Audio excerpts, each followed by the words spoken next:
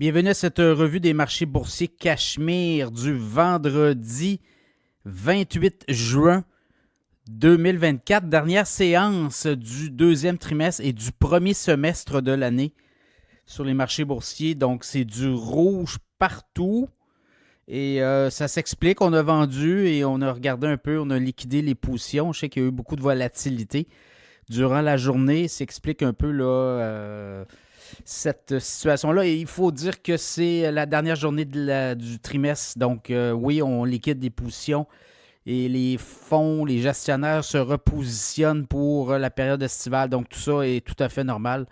Et il y a eu des ventes de titres qui ont très bien performé. Donc, le TSX, c'est pas des grandes baisses en passant, là. Baisse de 0,3 21 875. Le S&P 500, baisse de 0,4 5 460. Le Dow Jones en baisse de 0,1 39 118 points. Le Nasdaq en baisse de 0,7 17 732. Le baril de pétrole baisse de 23 cents à 81,51 $. WTI en US, le Bitcoin baisse encore à 60 465. Et l'once d'or a baissé d'$1 à 2335,60. Qu'est-ce qui s'est passé aujourd'hui à la bourse? Quand même des très bonnes données là, sur l'inflation aux États-Unis. Une des données, là, l'indice d'inflation américaine, PCE, c'est pas tout, il y a différentes données là, de calcul, mesures de calcul. Et là, on était à 2,7 en avril. Et là, pour le mois de mai, on est à 2,6. Donc, ça a comme satisfait tout le monde, je pense.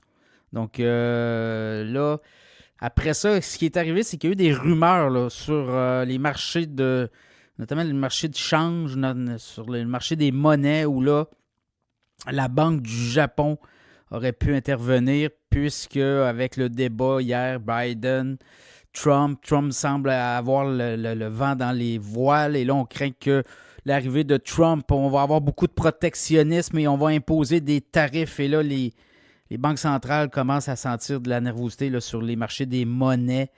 Donc, le dollar américain demeure quand même très fort aussi. Il y a ça. Donc, on voudrait peut-être vendre des obligations. Et là, ben, ça a comme parti comme un coup de vent. Je sais que les obligations américaines ont monté un peu. Passé de 4, qui était à 4,28, sont montés à 4,35 %. Donc, ça peut expliquer tout ça. Donc, mais fin de trimestre comme ça, c'est toujours très, très volatile. Je regarde les gagnants de la journée. AMD gagné 1,7 %, Qualcomm 2 %, Taiwan Semiconducteur 1,3 %, Nike s'est fait dévisser le nez, quasiment une baisse de 20 % du titre, des ventes décevantes, notamment en Chine. Donc, ça l'a entraîné dans son sillage d'autres fabricants là, de vêtements de sport et de marques de chaussures. Je regarde sinon, Nvidia, oui, Nvidia a perdu un peu du terrain. Tout ça, ben écoutez, il y en a qui prennent le profit, il y en a qui vont en voir ailleurs, puis finalement, on va s'apercevoir qu'Nvidia va repartir vers le haut à un moment donné. Je pense que c'est pas inquiétant de ce côté-là. Les gens prennent leur profit. On vend une partie de leur portefeuille, voilà. C'est un peu ça. Sur le trimestre, en fait, sur le premier semestre de l'année, là, si on regarde un peu le S&P 500, c'est 15 % de hausse. Le Nasdaq, c'est 20 % de hausse. Le Dow Jones, c'est 4 % de hausse. Et l'indice TSX, c'est 4,8 %. Donc, c'est pas si mal. S&P 500, Nasdaq ont tout donné, là, 15 puis 20 % de hausse. Donc, peut-être qu'il pourrait peut-être ravoir. Là, je dis peut-être ravoir en juillet, en août. On va avoir des conventions aussi. N'oubliez pas, là, il y a de la politique. Est-ce que Joe Biden va abandonner la course? Bon, Joe Biden est ressorti aujourd'hui très vigoureux, plus que jamais. Est-ce que son temps est compté? Est-ce que l'establishment du parti va le forcer à démissionner? Là, toutes sortes de rumeurs. Évidemment, Donald Trump est en feu, est en force, position de force actuellement. Et bon, lui, au mois de juillet, il va se faire aussi donner une sentence. Il a été quand même trouvé coupable. Donc, il pourrait, je ne sais pas, pourrait-il se retrouver en prison lors de la journée des élections aux États-Unis au mois de novembre prochain? Tout est possible. Donc là, vous voyez, on rentre dans une...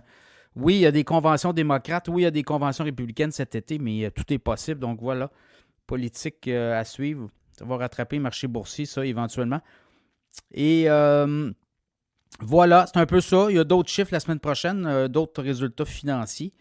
Mais là, on le voit, là, les technos, tout ce qui est intelligence artificielle depuis le début de l'année, c'est eux qui offrent du rendement intéressant, notamment Nvidia et les technos sur le Nasdaq, là, c'est 20% depuis le début de l'année, donc les 6 premiers mois de l'année. Donc, espérant que ça continue.